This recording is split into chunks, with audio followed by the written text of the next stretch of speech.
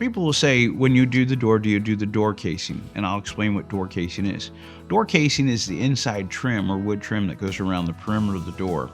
And when you replace the door, you replace that trim. It's not a you have to deal, but most often it's you want to, because it's the same trim that came with the original door, and so it's dated or showing its age or wear and stuff like that. Now there are exceptions. We'll go into people's homes where they've had a trim carpenter do a fantastic trim scheme around the entire door, and it's multi-layers and multi-tiers of different trim, and they don't want to affect that. Well, the good news is a lot of times we don't have to. We can reuse the existing. But most of the time, the homeowners, when they want their door system done, they want everything to look new inside and outside.